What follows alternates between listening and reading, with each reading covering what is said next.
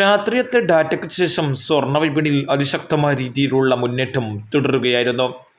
6 മണിക്ക് ശേഷം ഔൺസ് ഡോളറിൻ്റെ കണക്ക് ഒരു സമയം ചരിത്രത്തിൽ ആദ്യമായി $2,670 കടന്ന് മുന്നേറുന്ന കാഴ്ച കണ്ടിരുന്നു.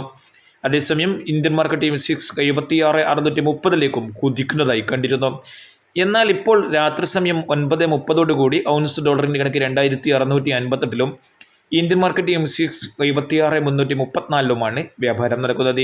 ഇന്ന് രാവിലത്തെ മെസ്സേജ് അനുസരിച്ച് നേരിയ ഇടിവാണ് ഇപ്പോൾ തുടർന്നുകൊണ്ടിരിക്കുന്നത്. നാളെ സ്വർണ്ണവില ഒരുപക്ഷെ നേരിയ ഇടിവ് നേരിട്ടേക്കാം, അല്ലെങ്കിൽ ബോഡി സ്റ്റഡിയാവാം. കൂടാനുള്ള യാതൊരു സാധ്യതയും ഇപ്പോൾ വിപണിയിൽ കാണുന്നില്ല. സ്വർണ്ണവില ഇന്ന് വീണ്ടും ഒരു പവന് 80 രൂപ കൂടി ചരിത്രത്തിലെ ഏറ്റവും ഉയർന്ന വിലയിലെത്തുകയായിരുന്നു. ഒരു പവന് 56,960 വ്യാപാരം നടക്കുന്നത്. 57,000 കടക്കാൻ വെറും 40 രൂപയുടെ കുറവായിരുന്നു ഉണ്ടായിരുന്നത്. അതേസമയം 24K തങ്കം വില ചരിത്രത്തിലെ ഏറ്റവും ഉയർന്ന വില രേഖപ്പെടുത്തി. ഇപ്പോൾ നിൽക്കുന്നത് ഗ്രാമിന് 7,680, തൃശ്ശൂരിൽ 70 എന്ന നിലയിലാണ്.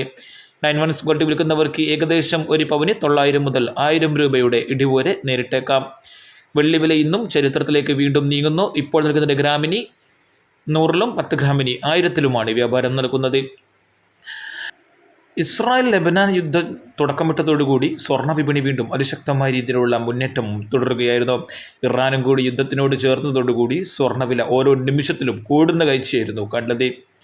ഒരുപക്ഷെ യുദ്ധ സാഹചര്യം ചർച്ചകൾ വിജയിക്കുകയാണെങ്കിലും ഫെഡറൽ റിസർവ് പലിശ നിരക്ക് കുറക്കുമെന്നുള്ള പ്രഖ്യാപനം വീണ്ടും നീട്ടുകയാണെങ്കിലും സ്വർണ്ണവിലയിൽ ഇടിവ് നേരിട്ടേക്കാം. എന്തു തന്നെയായാലും വരും ദിവസങ്ങളിലും സ്വർണ്ണവിലയിൽ നേരിയ മുൻതൂക്കം തന്നെ നേരിട്ടേക്കാമെന്നാണ് നിരീക്ഷകർ അഭിപ്രായപ്പെടുന്നത്.